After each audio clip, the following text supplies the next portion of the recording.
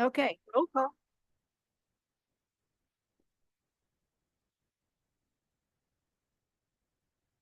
Roll call. Cindy, Here. Seth, Here. Todd is here. He just had to step away for a second. And Andrew, Here. Crystal is not here. Okay, We have quorum. thank you. First period for public comment. No one is here. Is anyone online, Sarah? Anyone want to make a public comment? We have some people online, yes. Please let us know if you want to make a public comment. Unmute yourself. Okay, approval for committee minutes, approval of committee minutes from January 7th, 2025. Just I'll make a motion to approve the minutes. Okay.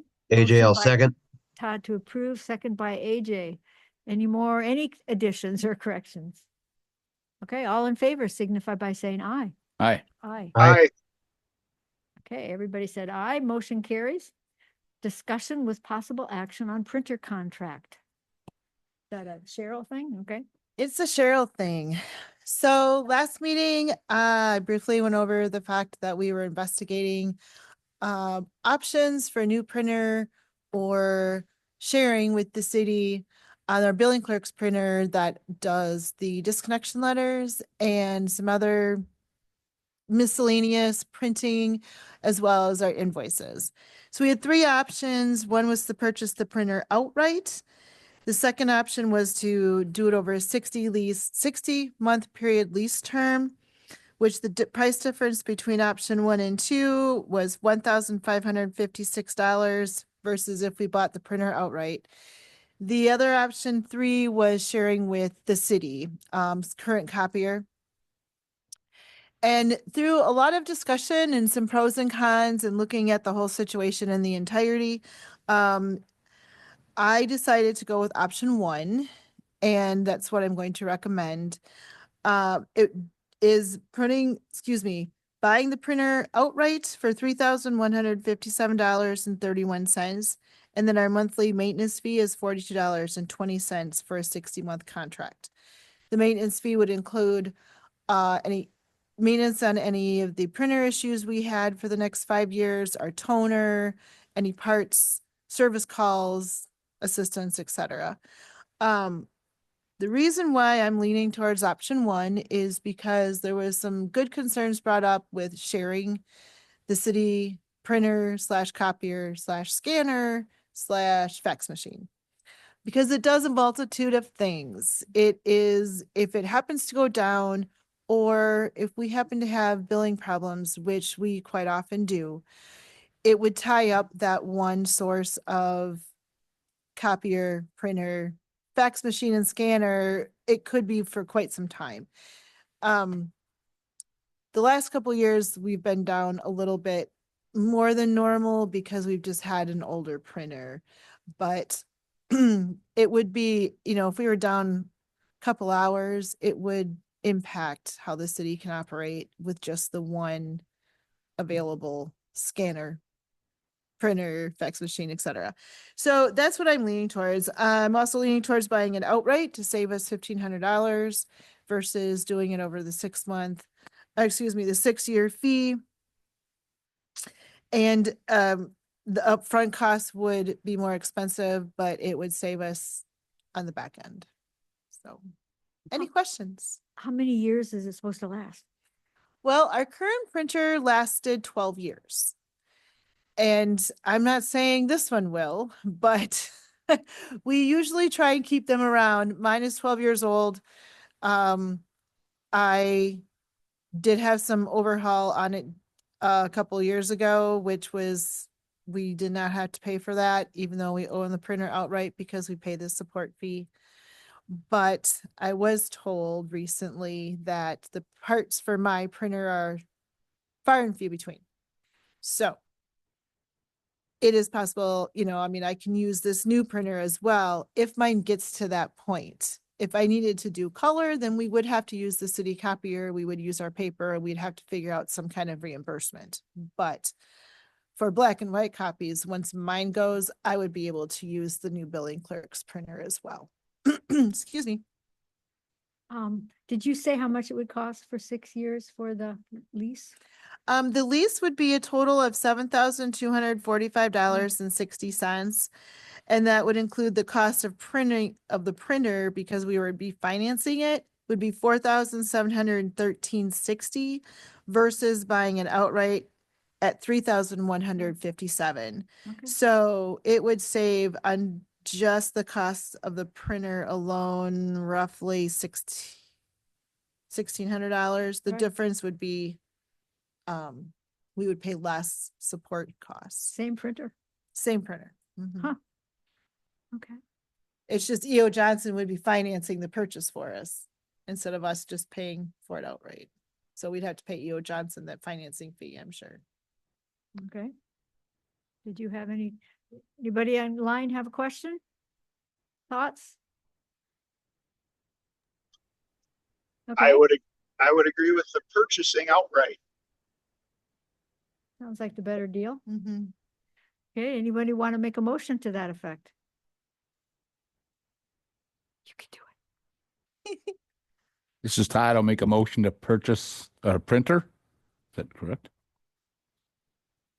Yeah, the one that for $3,157. That's the one. Okay, we have a is motion by Seth. Todd, I will second that. Seth, or second by Seth.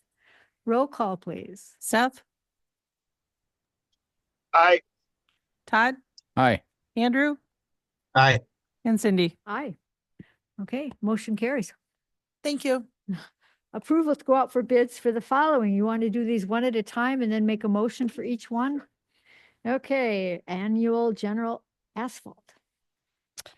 Okay, these are for our annual bids that we do every year. They're budgeted for in the general fund or whichever budget they fall under. So the sewer lining obviously goes under the sewer budget. We do an annual bid for asphalt. It looks like this usually. Essentially, it's just getting all the possibilities for us of paving in a year. And in particular, what we almost always use it for is the patching. Our bids for patching, we know with water and sewer patches that we're going to have that work every year. Well, it's very, very likely that we have that work every year. We already know we have that work this year. So in any case, that's what the annual asphalt bids are. So it does include streets and alleys and multi-use paths, anything that we might need as we go through the year.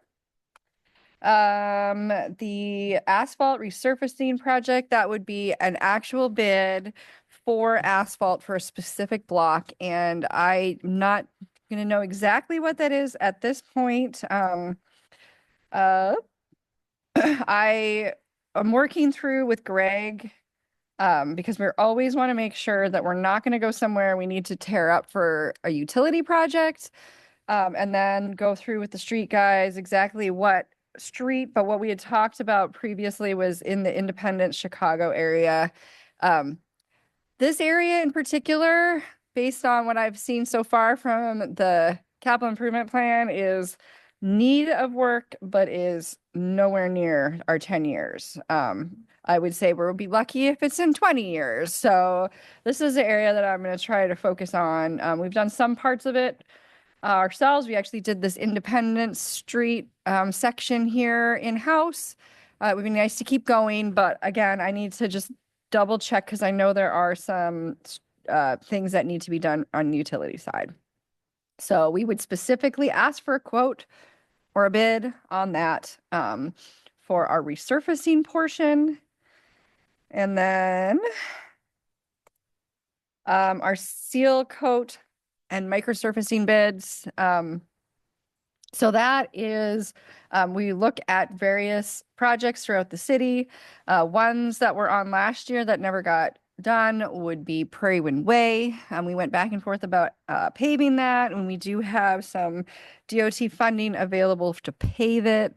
But it made more sense, I think, to shift that money to another project. It's not often that we can do that, but we can with the money that we got for it because it's a local pot of money. It will not fund seal coating it. So we can pay for seal coating it and then use that money to pay for some of the paving projects. So we'll have a list of a number of different areas. One will be Prairie Wind Way.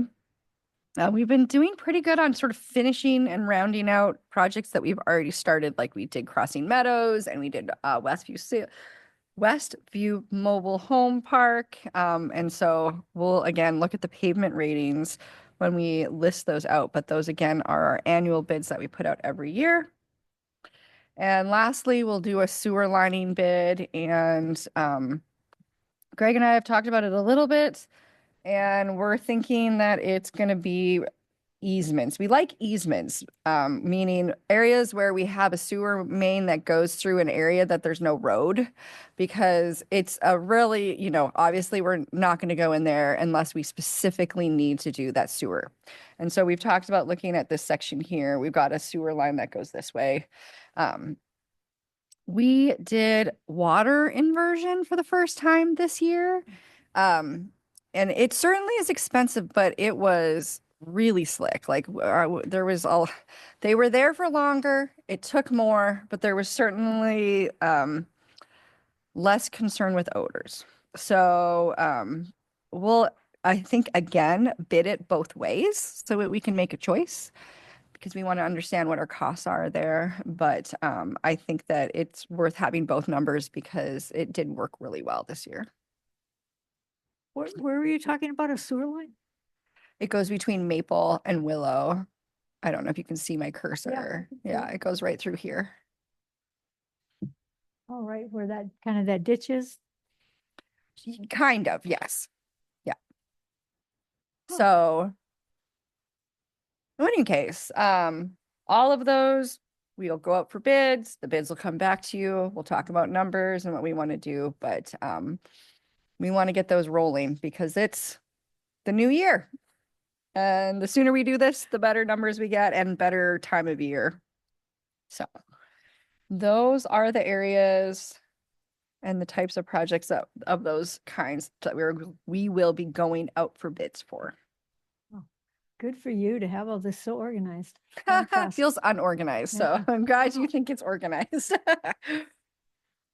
So I think that's great. So Lori tells me we can do this all in one motion. So Great. if anybody would like to make a motion or has any questions for Sarah?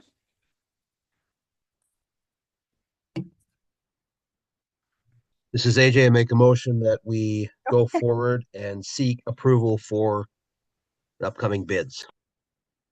This Todd will second it. Motion by AJ to go ahead with the bids as outlined by Sarah, second by Todd. Surprise, no.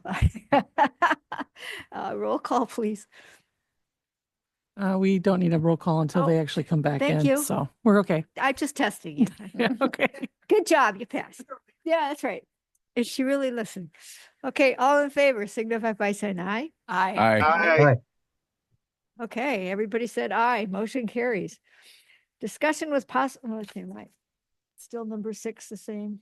Oh yeah, it's right up there. Discussion with possible action on renewal of cross connection control contract with HydroCore. Okay, well, I'm going to try this one. Every 2 years, we have a agreement renewal that comes up with HydroCorp. And HydroCorp is our company that we contract with to do our cross connection inspections with our non-residential customers. For example, like our commercial, industrial, public authority customers. And the reason why we do cross connection inspections, can't say that word, is to protect the health and the welfare of our drinking water system. And it's to help, the inspections help find if there's any kind of cross connections where a contaminant or a pollutant could get into the drinking water. So our field staff here in-house does the residential, and we contract outside to do then the commercial or non-residential with HydroCorp. So the 2 years is coming up. The new season, excuse me, the new agreement starts March 1st. The price did go up this year, 6% to $986 per month from $931 per month. And then if we sign the 2-year contract, it will go up at 4%. And new this year, I have been talking with Craig Wolf, who is a partner in HydroCorp, and he said that going forward, as long as we renew this on an annual basis after the 2 years, it can be an automatic renewal. It will only go up 4%. We're only locked into 4%.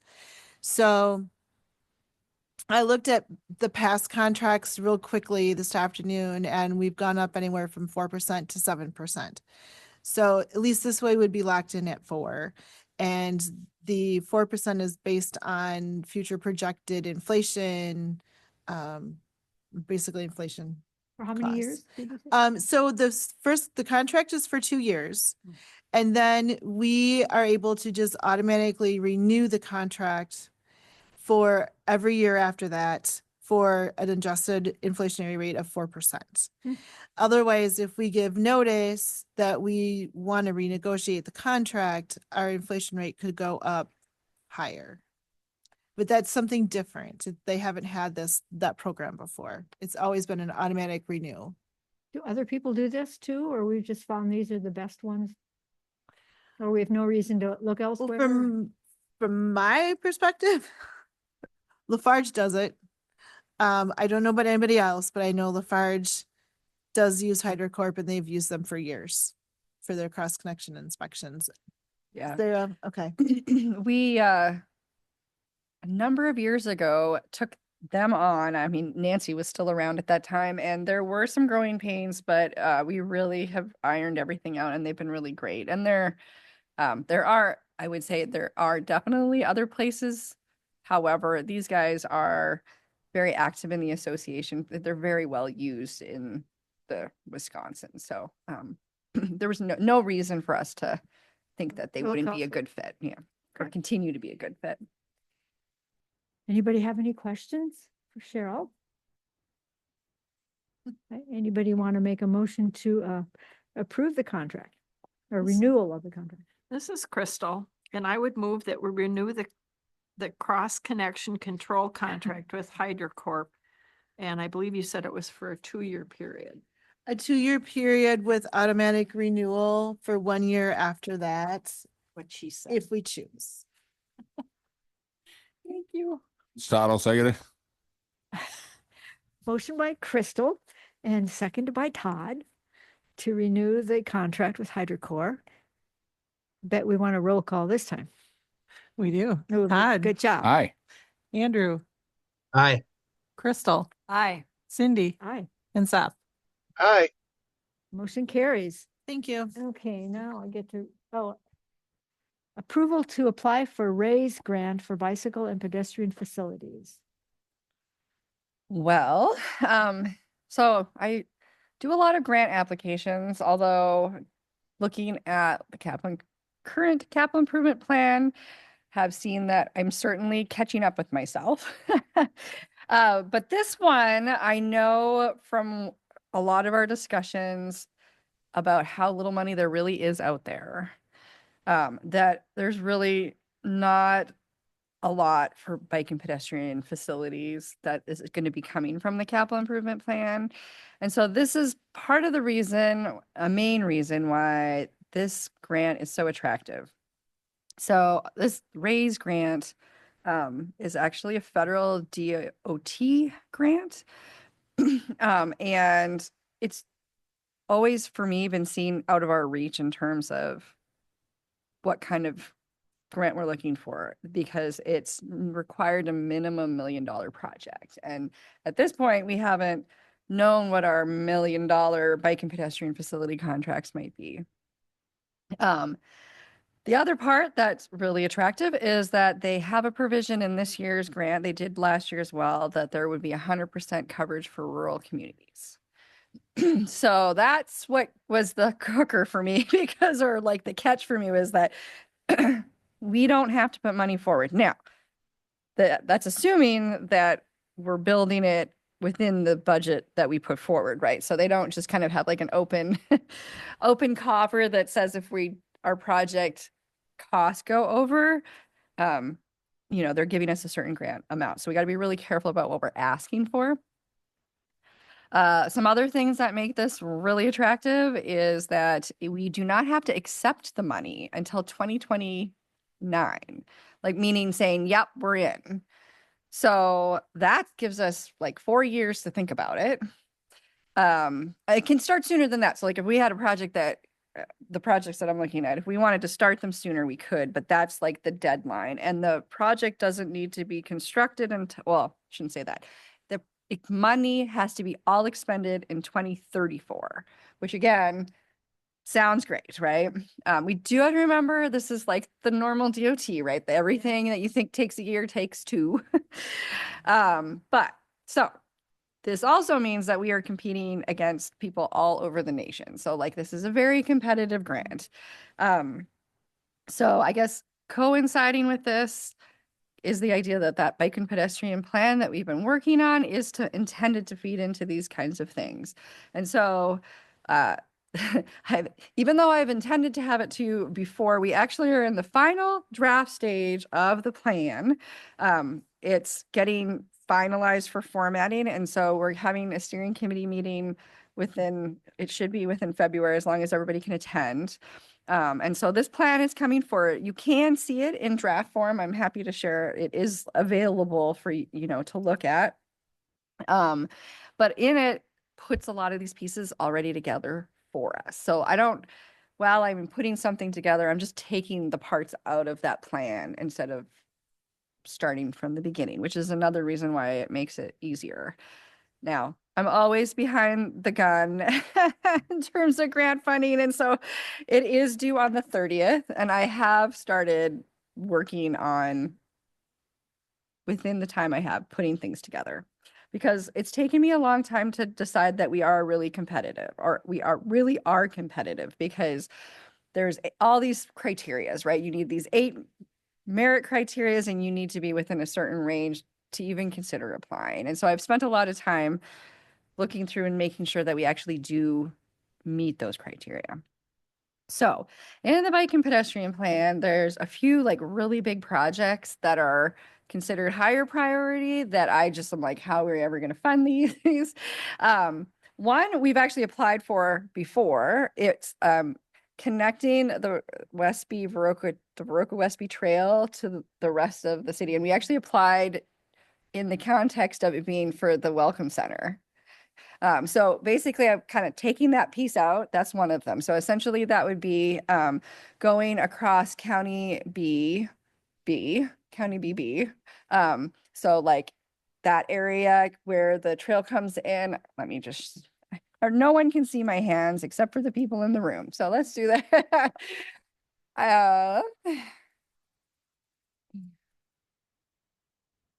So what we are talking about is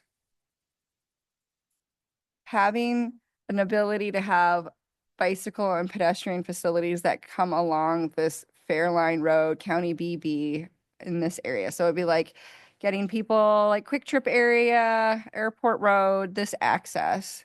And the idea here is primarily to connect to the Viroqua-Westby Trail, but we also have Nelson Parkway has bicycle pedestrian facilities. The business park has a connection up here, which needs to be defined, but it's there in theory. And start looking at Chicago Avenue, because we all know, like with the Hanson Farm development and other development in the area, like this is a major gap. And actually, as I was working through this today, if you look at the Westview mobile home park, there is no sidewalk within 0.3 miles of that area. And so that's one of the nice things about looking at Chicago Avenue, which is sort of the second leg of the project, is that we can start connecting a multi-use path up this area so that we can, people don't have to be walking on the road. I always go back to the days of, it was more than once I saw a person with a walker trying to walk up Chicago Avenue with cars going around them, and nobody should have to be put in that situation. And not to mention the fact that I think it's really important in both of those areas is that when they were originally built, nobody thought, oh, we're going to have a big development on either side and we're going to have houses everywhere. We were just putting a road in. So we designed the road to be a road in that scenario. So it's only like 24-foot wide. It's not a big road, right? And now we're starting to put all this other stuff around it. We really need to think about how to protect people. And then it would also come and connect. And this is where we need to do some work. Is it going to come along the waterway and connect down to Rock Avenue? Is it going to come down Chicago? Would it be both? Those are things we'd have to work through in the design because it's not designed yet, but this would be like connecting those corridors. The other parts that we wanted to look at is schools. So having a corridor along Decker that is probably would look like a multi-use trail on one side of the road. So we wouldn't change the road fully, but we would make it on like Rock Avenue where you have a trail on one side that's bike and pedestrian. And I think when we did our bike and pedestrian planning, this section after school and before school is really almost dangerous. Because what happens is the kids are on their bikes, they don't want to bike on the road. And so they're biking on the sidewalk. And then there's people on the sidewalk, including people with mobility devices. And then the kids with the bikes come behind them and they're jumping on the road. Like, so they're coming off the sidewalk onto the road, back on, or they're driving in people's yards. And it's just, it shows that there just needs to be more there. And then the last thing would be also looking at this Broadway connection across and having some type of connection as well, probably the similar thing where it's like a multi-use path. So the plan is applied for in the sense that this is our routes. This is what we're thinking. We have not done design. We still got to go through all of that process. So it is going to be written that this is like preliminary to start through our planning process, to go through all of this and to get, to the point where that's where we want everything. And so I want to put that out there too, that we don't have engineering that we're putting forward. Like this is not all exactly how we're presenting it, a done deal. But these are the areas that we're trying to make better connections. And if you think of a lot of in our bike and pedestrian plan feedback was recreation areas and then gaps, like they just more facilities and schools. So like people that live on either side of Main Street trying to go to the other side of Main Street to go to school. It's not, we have one school district, but kids are going both ways, and trying to make sure that there's corridors for kids to be. So all this being said is those are the concepts that we'd put forward. We're thinking the numbers are so rough, but Matt looked at it. He thought 3.8 million. I'm thinking that $4 million range, and see what happens. How much is the grant for? Well, that's what it would be for $4 million. You or said three- that, you said Yeah. you set the price, yeah. I don't know where you'd ever get an opportunity like this. I'm hoping this is around next year for two reasons. One, we could be further along in the process and apply, but who knows? The other part is this year's funding, everybody that so there's like a ranking system. There's like medium, recommended, highly recommended, and anyone that was in highly recommended but didn't get funded last year automatically got funded this year or put to the front of the line. And they already did like a round of selections based on that. So that's the other nice thing is that maybe we don't make it this year, but if we rank high enough, we can get a priority for applying for next year. Sounds smart. Thank you for all that thinking. Well, it took me a long time to like feel comfortable, but I was like, no, I'm ready for this. So it's asking to put the application in. Yeah, and with North Point too, you didn't mention those apartments, there'll be more kids on bikes, so. It's kind of cool Or because adults. on bikes. right. I've done that before in grant applications where I've linked websites to like support information, but they really promote it here, and we have all these wonderful websites now. Like I was going through it, I connected the the Welcome Center website and Yay. the North Point Development, like I can start pulling it all, and then the report itself will be available online before the application goes out in a draft form, so I can link it to that. And so it's just become so much more like you can just, instead of trying to fit everything in 10 pages, you can now link to an image and then they can see a map or Yeah. see data. That's great. Yeah. So Good job. looking Sarah. for approval to make that application. You want to make a motion? This is Crystal, and I would move that we apply for the RAISE grant for the bicycle and pedestrian facilities as Sarah indicated here tonight. Todd will second it. We have a motion by Crystal and a second by Todd. Any further discussion or questions?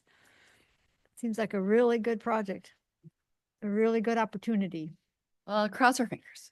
Yeah, with all the people that are interested and have made their opinions known on what they want. It's really. Yeah, I'm nice really to make excited it to happen. present that. It's, I Yeah. think, really awesome. Okay, we have a motion and a second. All in favor signify by saying aye. All right. Aye. Aye. Okay, all the ayes have it. Motion carries. Number 8, possible closed session for Wisconsin Stats 19.851C, considering employment, promotion, compensation, or performance evaluation data of any public employee over which the governing body has jurisdiction or exercises responsibility. Utility auxiliary worker compensation. Motion to go into closed session? You can do it. Todd will make AJ, a I'll motion. motion to to go into closed session. Was that AJ? Okay. Todd will second it. Okay, we have a motion by AJ, second by Todd. Roll call. Andrew, Aye. Crystal, Aye. Cindy, Aye. Seth, Aye. and Todd. Aye. Motion carries. The recording stopped. Sarah? Mayor? Nate question. Nate, am I doing it or are you doing it? It's still recording. Yep, everybody. Yep, I'll take care of it. Just 1 second. Thank you. I can't believe that's Nate. I know he I know, sounds it sounds like terrible. someone else. It does. Oh, geez. Yeah.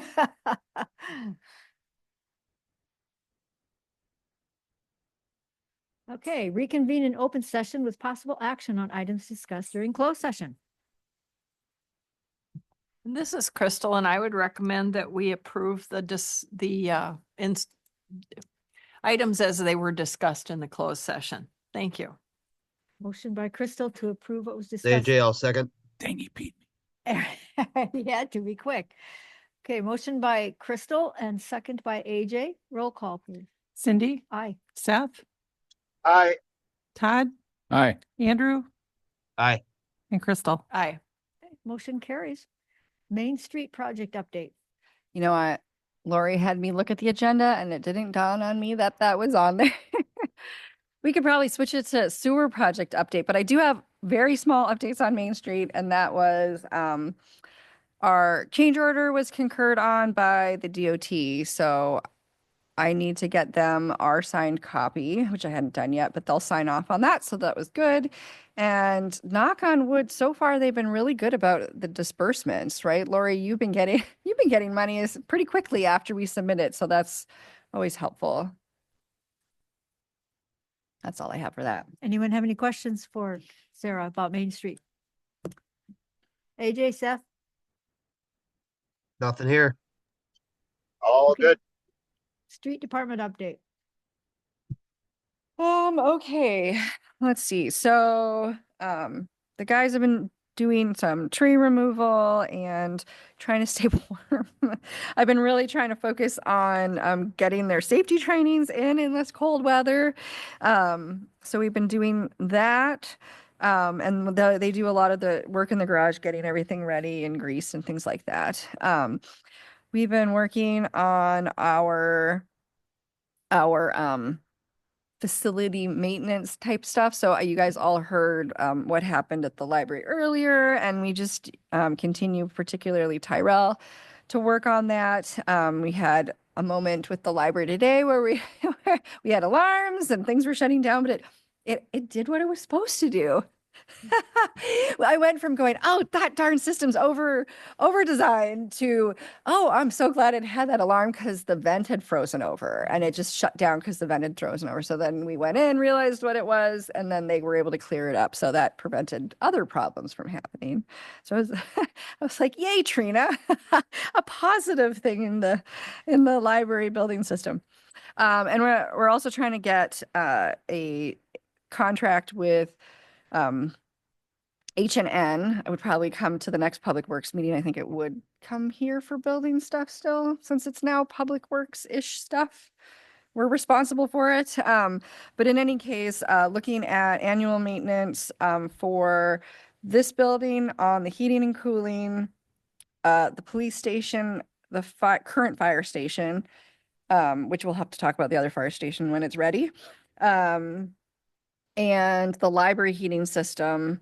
And then we are having to go out of H&N to do the cooling system at the library. It's just more complicated. They don't really want to tackle it, but we'll be getting that lined up as well. So trying to get just standard maintenance agreements where they just come in and they do the full clean out of the boiler, or whatever they need to do, like every season, that we don't have to kind of seek them out. They just know that we're a part of their program. Mentioned the RAISE grant, been working on that. We had a meeting on the salt shed, so it's not in rest. We've just been waiting for soil boring results. And there is a significant amount of fill that can be built upon in that area, and it just kind of, it changes depth depending on where you're at. So we were talking through what to do with it, and we were waiting for the geotechnical engineer to actually make recommendations on how to do the footings. And so that just came in at the very end of the day. And we'll have another meeting to see what they think about that. So more to come on that. I think, I did get word from the DOT that we are approved to move the deadlines for Education Avenue. So I think I mentioned it last time, but that program is a different program than we normally get involved with, because they changed the requirements. They allowed smaller communities to apply with smaller projects, and they're very rigid. Like it's like a DOT project. They want us to find the consultant, and then they do everything else. And so they kept asking me, like, when are you going to get the consultant contracted? And it's like, well, we're not doing this for a while. We have until the sunset date. And he's like, oh, that's not how this one works. So anyway, I said, like, he wanted us to have this done like right now. And I'm like, there's no way we can do this. So they moved it back so that the build date wouldn't be till 2029. And that 2027 is where we would need to select a consultant to work on it. So we got a little bit of time there. I did explain to him that, we got to find funding on the other side for our match. And so he understood that, but we just needed a little bit of breathing room. So they gave us the unofficial okay that was now being moved back. I think that's about it. Good job, once again. Any questions, comments by anyone? No? Okay, utility update. Go for it. Give me a break for a second. Yeah. I just have a couple of brief things. I did check again this afternoon. No news on the lead service line grant, or I shouldn't say grant, but approval from the PSC. I was expecting it at the end of last week, so I don't know. No They must news, be good really news? looking at this. No news is good news. right? Well, and no news is good news, right? And the other thing is, I just want to briefly mention that in case any of the residents in your district happen to mention that there's no place to put their payment in the drop box, we did have a little accident out there yesterday. Somebody backed into it. We are going to try and temporarily fix it on Friday. We did catch find the person who did it, and they have been talked to. They honestly did not realize they hit it. They're willing to make full amends. So we just need to kind of work things out. So Sarah and I are going to put our heads together and see what we can come up with temporarily until we can get a new one installed and etc. So Do we have that was my exciting day. Do we have cameras? Is that how we found it? Yes. Yeah. Wow. Big So- brother's watching. Big brother, right? That's right. Any questions? No, good job, good job. Did you have anything to add? Sarah? Well, a few things. So we are getting our year-end reports for the DOT&R submitted. We have a water quality training report that was submitted. I actually was going to show you because you probably never see these things and I just do them. And I was like, hey, I'm in control of the screen today. So this is, our water quality, oops, now I got to do this on the screen. Water quality trading report. It's really brief. She did ask for some questions about the inspections for some further documentation, but this is the amount of water quality credits we used this year, and we have 150-ish, and we use less than 20. So we just summarize that and send that in. So that's kind of an example of that. Pardon me, but can you explain what that means? Oh, so we have a phosphorus limit. And they made their limits extremely stringent over the last 10 years. And in order to meet it, you could either do improvements in the wastewater plant, and it's kind of like a diminishing return, right? You keep spending money and you only get now like a fraction of that benefit than you would if, compared to how much you might get drying other parts of treatment. Like once you get to that tertiary treatment, it gets a lot harder to knock that number down in the sort of same order of magnitude. So they gave the opportunity to do water quality trading, which means we're doing projects in the watershed that remove phosphorus. So we did stream bank stabilization ones. So we basically did that work with the farm owners, and we end up getting credit for phosphorus, and we don't use anywhere, knock on wood, it's good that we don't use anywhere near what we have.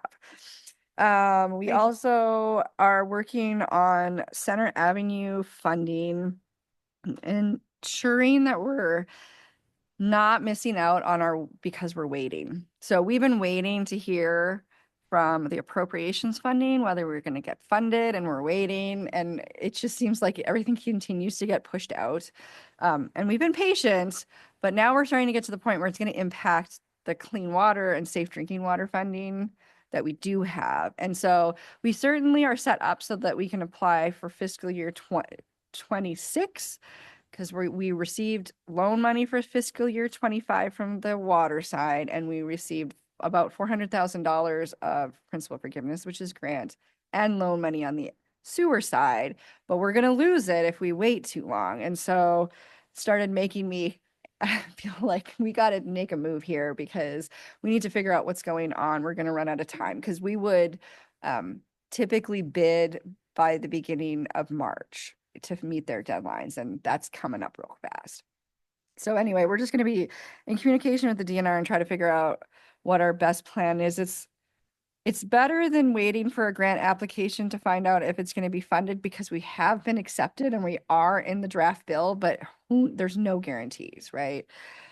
So that puts us in a weird spot.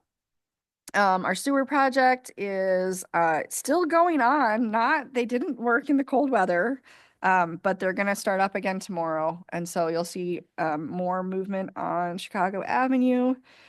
We've been working with Dairyland because we got awfully close to some of their poles, and we wanted to set up the waterway in a more protected way so it didn't damage their poles. And we're just plugging away on getting. Badger wants to get through all of the low areas before the spring runoff, which makes a lot of sense. So they're working more than they had originally expected. And I think that's about it. Anybody have any questions, comments? Thank you for being so on top of things, both of you. Trying. We're really lucky, yeah, to have all of you guys here. Okay, I think we're down to second period for public comment. Nobody, we have one person. Do you have any comment? No, okay, you're coming later, I'm sure. Anybody online want to make a comment? I think we have one person.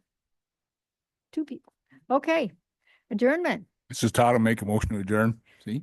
Motion to adjourn by Todd, And this is Crystal. I'll second.